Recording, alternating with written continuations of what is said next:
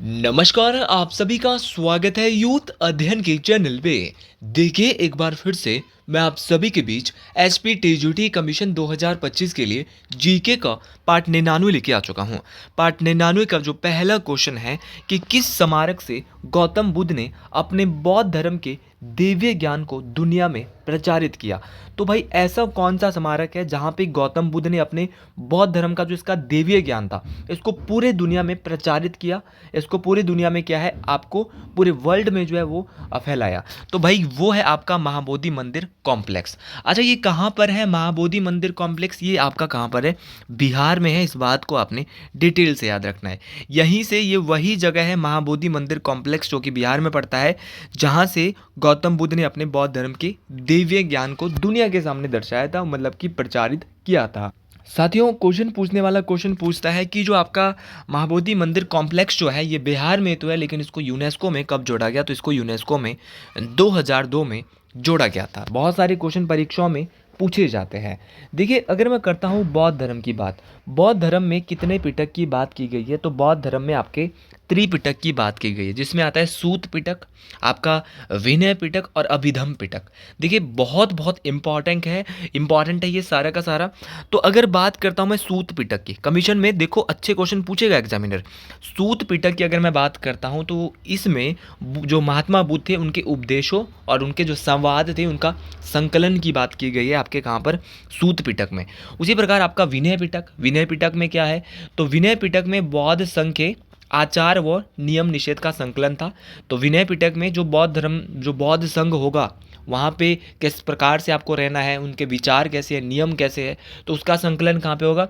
विनय पिटक में। और ये छोटा क्या है आपका? सभी पिटकों में सबसे छोटा था विनय पिटक और सबसे बड़ा था सूत पिटक, और बीच का जो पिटक था वो था अभिधम पिटक, जहाँ पे बुद्ध के आध्यात्मिक और दार्शनिक विचारों का संकलन की बात की गई है। अगर आप एसपी टीजीटी कमीशन की रिवीजन बैच में जुड़ना चाहते हैं, इस मंडे से हम पब्लिक एडमिनिस्ट्रेशन और सोशलॉजी की क्लासे को ऐड करके रिवीजन करवा रहे हैं, तो आप 7876145409 इस नंबर पे कांटेक्ट करें। आपका कोई दोस्त है, सगा संबंधी है जो कि तैयारी कर रहा है टीजीटी और जेबीटी कमीशन की, उसको भी आप हमारे रिवीजन बैच के साथ जरूर ऐड कर सकते हैं, मात्र और मात्र 499 रुपीज़ मंथ में। तो वापस आते हैं। अच्छा, बात करें आपका बहुत इंपॉर्टेंट है कि भारत में टोटल यूनेस्को साइट कितनी है। ये तो सब लोग जानते हैं कि भारत में टोटल 43 यूनेस्को साइट अभी है, और अभी 44वीं जो नई बनेगी वो भी मैं आपको बता दूंगा आने वाले समय में। साथियों, क्वेश्चन पूछने वाला क्वेश्चन ये पूछता है कि बुद्ध की खड़ी प्रतिमा किस काल में बनाई गई है? तो बुद्ध की जो खड़ी प्रतिमा है वो किस काल में, ये क्वेश्चन पेपर में पूछा गया है।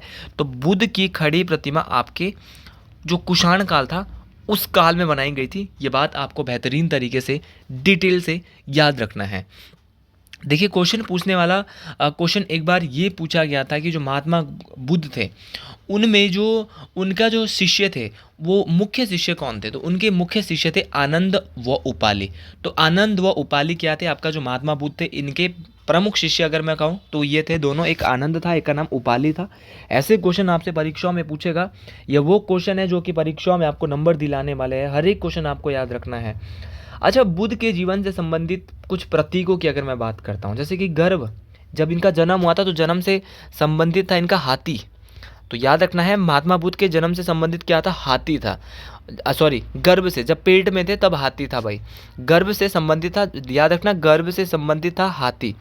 और जन्म से संबंधित क्या था? तो अगर जन्म की बात करें तो जन्म से संबंधित था आपका क्या? कमल।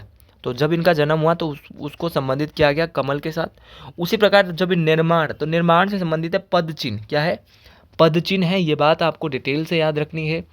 आपका जो ज्ञान प्राप्ति है, ज्ञान प्राप्ति से संबंधित जो प्रतीक इनका है वो बोधि वृक्ष है, और गृह त्याग से संबंधित है घोड़ा, और महात्मा बुद्ध की मृत्यु से संबंधित जो प्रतीक है वो आपका स्तूप है। इस बात को आपने डिटेल से याद रखना है।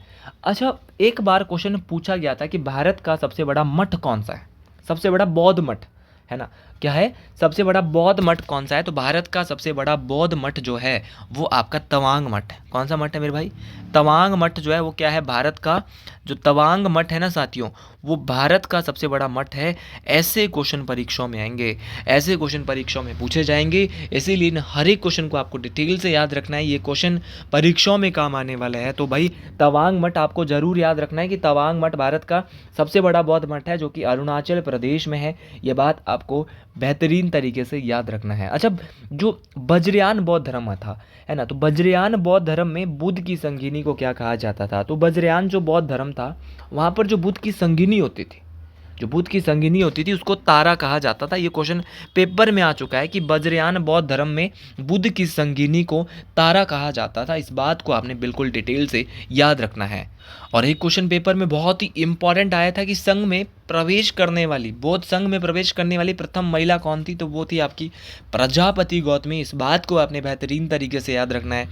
आप क्वेश्चन सुनते होंगे ऊपर नीचे के, लेकिन यहाँ पर जो क्वेश्चन मिलेंगे वही जो पेपर में आने वाले हैं, वही जो आपको पेपर में नंबर दिलाने वाले हैं।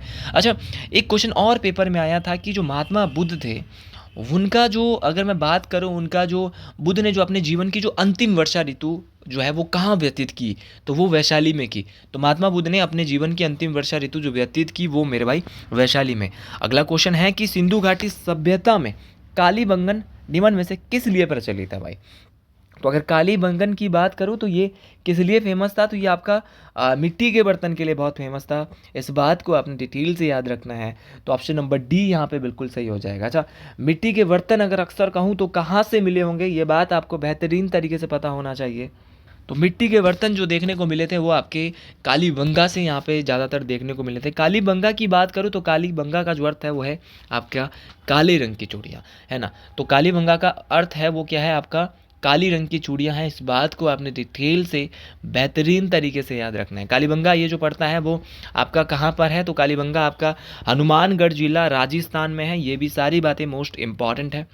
साथीगण, क्वेश्चन पूछने वाला क्वेश्चन पूछेगा जी, जो कालीबंगा है मेरे भाई, कालीबंगन या कालीबंगन है या कालीबंगा है, ये आपके किस नदी के किनारे है? तो ये आपके घग्गर नदी के किनारे है। किस नदी के किनारे है? राजस्थान के हनुमानगढ़ जिले में घग्गर नदी के किनारे है। और क्वेश्चन परीक्षा वाला ये भी आपसे पूछ सकता है। और मैं माफ़ी चाहूँगा, इतने दिनों से मेरी लाइव वीडियोज़ आपके बीच, लाइव वीडियो आती है डेली रात को 9 बजे, लेकिन दूसरी वीडियोज़ मिस हो रही थी, उसके लिए क्षमा चाहता हूँ। साथीगण, जो कालीबंगा है इसकी स्थापना जो है वो वीके थापड़ और बीबी लाल, जिनको ब्रजवासी लाल और वीके थापड़, दो व्यक्तियों के द्वारा की गई थी। इस बात को आपने डिटेल से याद रखना है। क्वेश्चन पूछा गया था एक बार कि भाई आपका जुते हुए खेत के साक्ष्य कहाँ पे मिले थे? तो वो भी आपके कालीबंगन में मिले थे। आपके अग्नि हवन कुंड, भाई अग्नि हवन कुंड का साक्ष्य भी कहाँ से मिला था? वो भी मेरे भाई यहीं से मिला था। आपको क्वेश्चन पूछने वाला क्वेश्चन ये भी पूछ सकता है कि आप ये बताइए कि भाई आपकी जो लकड़ी की नाली है वो कहाँ से मिले थे, है ना। काले रंग की चूड़ियाँ कहाँ से मिली थी? तो ये मिली थी आपके कालीबंगन से। अच्छा, उसी प्रकार आपका सिंधु घाटी सभ्यता के पतन का शहर किसको कहा जाता है? तो वो है भाई लोथल। लोथल की खोज की थी रंगनाथ राव ने, है ना, बहुत इंपॉर्टेंट है। 1955 में लोथल जो है वो भोगवा नदी के किनारे है। ये भी आपको बेहतरीन तरीके से याद रखना है। जिला अहमदाबाद है और आपका राज्य कौन सा है? गुजरात में पड़ता है। जहाँ लोथल की बात करूँ तो यहाँ से गोदीवाड़ा मिला था। आपका मोस्ट हाथी के दांत यहीं से मिले थे, है ना। चावल के कुछ साक्ष्य यहाँ से मिले थे। और सिंधु घाटी सभ्यता के जो प्रमुख बंदरगाह थे वो भी कहाँ थे? वो भी आपके कहाँ थे साथीगण? तो वो भी आपके यहीं पर थे, आपके कहाँ पर? लोथल में ही थे। अच्छा, क्वेश्चन पूछने वाला क्वेश्चन ये पूछता है कि जो हड़प्पा सभ्यता है, इंडस वैली सिविलाइजेशन है, इसका जो है वो मान्यता प्राप्त काल एनसीईआरटी के मुताबिक क्या है? तो वो है आपका 2500 ईसा पूर्व से, ध्यान से सुनना है, 1750 ईसा पूर्व। तो 2500 ईसा पूर्व से 1750 ईसा पूर्व का जो समय है ये भैया आपका एनसीईआरटी के मुताबिक, अगर मैं बोल रहा हूँ आपको, जो महेश कुमार बर्नवाल की किताब है उसके मुताबिक बोल रहा हूँ साथीगण, ये बात आपको बेहतरीन तरीके से याद रखनी है। वो आपका कितना है? तो वह है आपका 2500 ईसा पूर्व से 1750 ईसा पूर्व। दोनों की दोनों बातें मोस्ट इम्पॉर्टेंट है। चलिए जी, अगले क्वेश्चन की ओर बढ़ते हैं। और अगला क्वेश्चन भी बहुत इंपॉर्टेंट है। क्वेश्चन है कि मध्यवर्ती भारत में युद्ध में सर्वप्रथम तोपों का प्रयोग किसने किया? तो मध्यवर्ती भारत है, इसमें युद्ध में जो सर्वप्रथम जो तोपों का जो प्रयोग किया था वो किसके द्वारा किया गया था? बहुत ही बेसिक क्वेश्चन है, लेकिन उतना भी बेसिक नहीं कि आपको ये पेपर में सीधा सीधा आप इसको आराम से करते हुए जाओ। अच्छा क्वेश्चन है भाई, और पेपर में आपको परेशान करने वाला क्वेश्चन है। तो ये जो किया था वो किसने किया था? आपके बाबर के द्वारा सर्वप्रथम भारत में जो है वो क्या किया गया था? आपका युद्ध में जो है वो तोपों का प्रयोग किया गया था। ये बात आपको बेहतरीन तरीके से, इम्पॉर्टेंट तरीके से याद रखना है। अच्छा, बाबर को भारत में आक्रमण के लिए आमंत्रित भी किया था, और किसने आमंत्रित किया था? ये क्वेश्चन तो बहुत इंपॉर्टेंट है। तो भाई आपको ये बात याद रखनी है, बाबर को जो आक्रमण के लिए भारत में जो आमंत्रित किया था वो दौलत खान लोधी ने किया था, आलम खान ने किया था, और साथ में राणा सांगा ने भी करा था कि भाई इब्राहिम लोधी पे अटैक कर लो। तो दौलत खान लोधी, आपका आलम खान और आपका राणा सांगा, इन तीनों ने जो है बाबर को क्या किया था? आपका भारत में जो है वो क्या किया था? इनवाइट किया था। इस बात को आपने डिटेल से याद रखना है। अच्छा, एक क्वेश्चन बहुत इंपॉर्टेंट आता है कि बाबर ने किस युद्ध में तोपों का प्रयोग किया था सर्वप्रथम? तो वो किया था पानीपत के पहले युद्ध में। और बाबर ने किस युद्ध में, एक शब्द है जिहाद, जिहाद का नारा किस युद्ध में दिया? तो भाई बाबर के द्वारा जो जिहाद का नारा दिया गया था वो किस युद्ध में दिया गया था? तो जिहाद का नारा जो बाबर ने दे दिया था वो दिया था आपका खानवा के युद्ध में। इस बात को भी आपने बेहतरीन तरीके से, इंपॉर्टेंट तरीके से मेरे साथीगण याद रखना है। हर एक क्वेश्चन मोस्ट इंपॉर्टेंट है, हर एक क्वेश्चन परीक्षाओं में काम आने वाला। जैसा एक क्वेश्चन पेपर में पूछा गया था कि भाई जो बाबर है, बाबर ने जिहाद का नारा तो खानवा के युद्ध में दिया, लेकिन जब खानवा का युद्ध बाबर के द्वारा जीता गया, और खानवा का युद्ध जो लड़ा वो राणा सांगा के साथ लड़ा, और जब इसने खानवा का युद्ध बाबर ने जब जीता तो उस युद्ध के जीतने के पश्चात बाबर ने जो एक उपाधि धारण की थी जिसका नाम था गाजी की उपाधि। गाजी होता है काफिरों को मारने वाला। तो गाजी की जो उपाधि है वो किसके द्वारा धारण की गई? तो वो आपके बाबर के द्वारा धारण की गई थी। इस बात को आपने डिटेल से याद रखना है। अच्छा, बाबर ने अपनी आत्मकथा, अपनी जो ऑटोबायोग्राफी है जिसका नाम है तुजुक-ए बाबरी, लिखी है, जिसको बाबरनामा भी कहा जाता है। अब इसने बाबरनामा तो लिख दिया है, ये बात तो आपको बिल्कुल पता चल गई कि इसने क्या लिखा है, आपका बाबरनामा तो लिख दिया है, लेकिन आपको ये भी पता होना चाहिए कि इसने बाबरनामा लिखा है, लेकिन मेरे साथी, मेरे भाई बहन, जो तुजुक-ए बाबर इसने लिखा है वो किस भाषा में लिखा है? तो याद रखना, ये लिखा है आपका तुर्की भाषा में लिखा है। मोस्ट इंपॉर्टेंट है साथियों। क्वेश्चन पूछने वाला क्वेश्चन पूछ सकता है कि बाबर ने जो अपनी आत्मकथा, जो बाबरनामा है, उसमें एक हिंदू राज्य का भी उल्लेख किया है। तो भाई बाबर ने अपनी आत्मकथा बाबरनामा में जो है वो किस हिंदू राज्य का उल्लेख किया है? तो वो हिंदू राज्य है मेवाड़ हिंदू राज्य। तो मेवाड़ हिंदू राज्य जो कि विजयनगर में है, यहीं पर जो है वो क्या किया है? हिंदू राज्य का उल्लेख यहाँ पर बाबर के द्वारा किया गया है। इस बात को आपने बेहतरीन तरीके से, इंपॉर्टेंट तरीके से मेरे साथीगण याद रखना है। अच्छा, एक क्वेश्चन और पेपर में पूछा जाता है कि जो भाई बाबर के लिए बाबरी मस्जिद बनाई गई है, और बाबरी मस्जिद का जो निर्माण किया है वो किसके द्वारा? तो बाबरी मस्जिद का निर्माण मीर बाकी के द्वारा किया गया है। अच्छा, बाबर को कलंदर भी कहा जाता था। कलंदर का मतलब क्या? कलंदर होता था भाई उदारता वाला। तो बाबर को आपका जो उसकी उदारता के कारण जो है वो कलंदर भी कहा गया है। इस बात को आपने बेहतरीन तरीके से, इम्पॉर्टेंट तरीके से साथीगण याद रखना है। सारे क्वेश्चन देखिए, मैं बार बार बोलता हूँ कि ऐसे क्वेश्चन मैं आपको करवाता हूँ जो कि पेपर में काम आने वाले हैं। वो क्वेश्चन इस वीडियोज़ में मैं कराता हूँ जो पेपर में बार बार पूछे जाते हैं। ऐसा मुगल शासक जिसकी मृत्यु सीढ़ियों पे गिरने से हुई थी, तो वो कौन था? कमेंट बॉक्स में बताएंगे, लेकिन आप नहीं बता पाओगे, मुझे पूरा पूरा भरोसा है। अगर बता पाएंगे तो बहुत अच्छी बात है, तो वो है हुमायूं। ठीक है, लेकिन अगर वीडियो पसंद आती है तो आप सिर्फ इतना बता देना कमेंट बॉक्स में, हर हर महादेव, जय श्री गुरु महाराज। अच्छा, कौन सा मुगल शासक ज्योतिष में विश्वास रखता था? बड़ा अच्छा क्वेश्चन है कि ऐसा मुगल शासक जो ज्योतिष में विश्वास रखता था, तो वही था जिसकी सीढ़ियों से गिरते हुए मृत्यु हो गई थी, हुमायूं था मेरे भाई।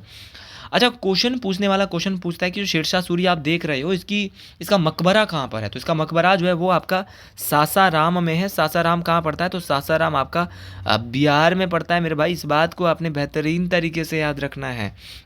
अच्छा, दिल्ली में द्वितीय अफगान वंश का संस्थापक कौन था? तो वो आपका शेरशाह सूरी था। ये क्वेश्चन पूछा गया है। इसका जो बचपन का नाम था शेरशाह सूरी का, वो था फरीद खान। ये क्वेश्चन बहुत इंपॉर्टेंट है। क्या नाम था मेरे भाई? फरीद खान इसका बचपन का नाम था। और क्वेश्चन पूछने वाला क्वेश्चन ये भी पूछ सकता है कि शेरशाह सूरी को शेर खान की उपाधि किसके द्वारा दी गई थी? तो शेरशाह सूरी को शेर खान की जो उपाधि दी थी वो बहार खान लोहानी के द्वारा दी गई थी, जिसको मोहम्मद शाह के नाम से भी जाना जाता है। साथीगण, क्वेश्चन पूछने वाला क्वेश्चन ये भी पूछता है कि जो आपका शेरशाह सूरी की जो मृत्यु है वो कहाँ पर हुई थी? तो शेरशाह सूरी की जो मृत्यु है वो कालिंजर में हुई थी। इस बात को आपने डिटेल से बेहतरीन तरीके से याद रखना है। सारे क्वेश्चन बहुत इंपॉर्टेंट है, सारे क्वेश्चन पेपर में काम आने वाले हैं, इसीलिए एक एक क्वेश्चन को डिटेल से सुन लीजिए, एक एक क्वेश्चन को लिख लीजिए। नंबर बनने वाले हैं, बेहतरीन तरीके से नंबर बनने वाले हैं मेरे भाई। अगले क्वेश्चन की बात करें, अच्छा थोड़ा सा पढ़ लेते हैं इस क्वेश्चन को, ज़्यादा हम इस क्वेश्चन से कुछ पढ़ने वाले नहीं है। निम्न में से ताजमहल के लिए कौन सा सही नहीं है? भाई ऐसे क्वेश्चन आएंगे पेपर में और अक्सर आते रहेंगे। तो यह एक अत्यधिक अत्यधिक सुंदर मकबरा है। देखो भाई सुंदर तो है ताजमहल, जो भी है ये तो बिल्कुल सही है। इसका निर्माण शाहजहां ने करवाया था। जी बिल्कुल, जो ताजमहल है वो 7 अजूबों में से एक है।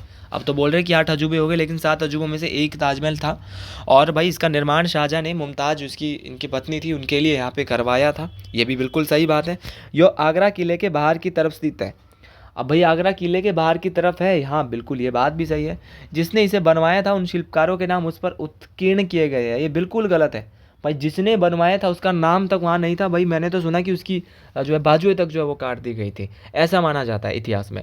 तो आपने याद रखना है जिसने इसे बनाया था, इसको बनाया था, तो उस शिल्पकारों के इसमें नाम नहीं थे, उत्कीर्ण नहीं थे, ये बात आपको पता होना चाहिए। तो ऑप्शन डी ऐसे क्वेश्चन का बिल्कुल सही हो जाएगा। इसको जो बनाया गया है वो सफ़ेद संगमरमर से बनाया गया है। क्वेश्चन ये भी एक बार पूछा गया था।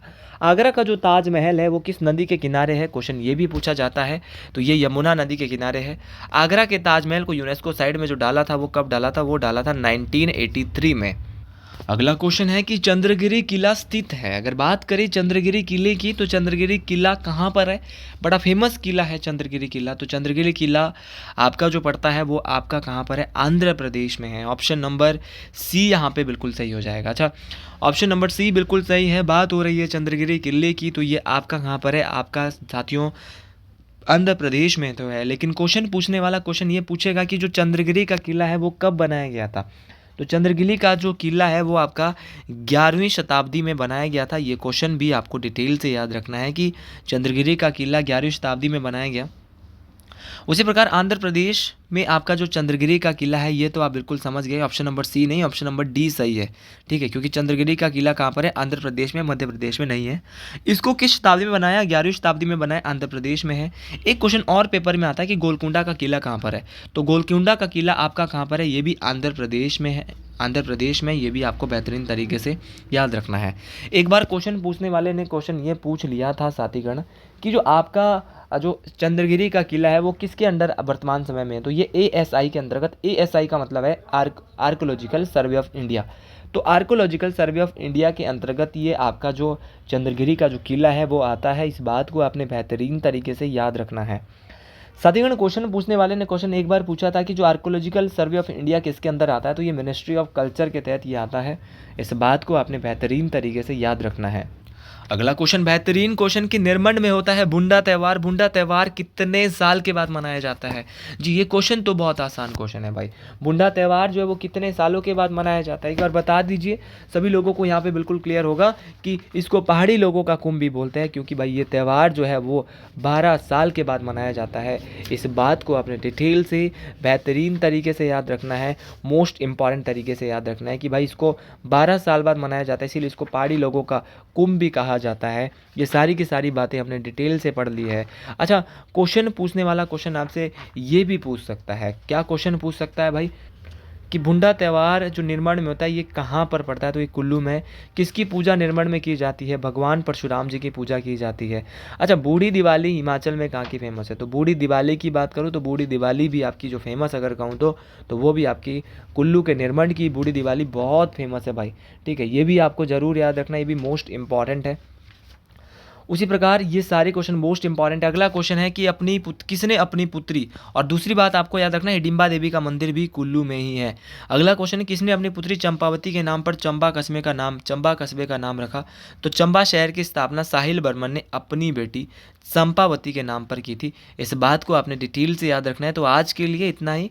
और कब की थी चंबा शहर की स्थापना? तो 920 ईस्वी में की थी। ये भी बेहतरीन तरीके से आप याद रखें। और मारू बर्मन के द्वारा क्या किया गया था? चंबा रियासत की स्थापना। तो आज के लिए इतना ही। कमेंट बॉक्स में जरूर लिखिए हर हर महादेव, जय श्री गुरु महाराज, राधे राधे।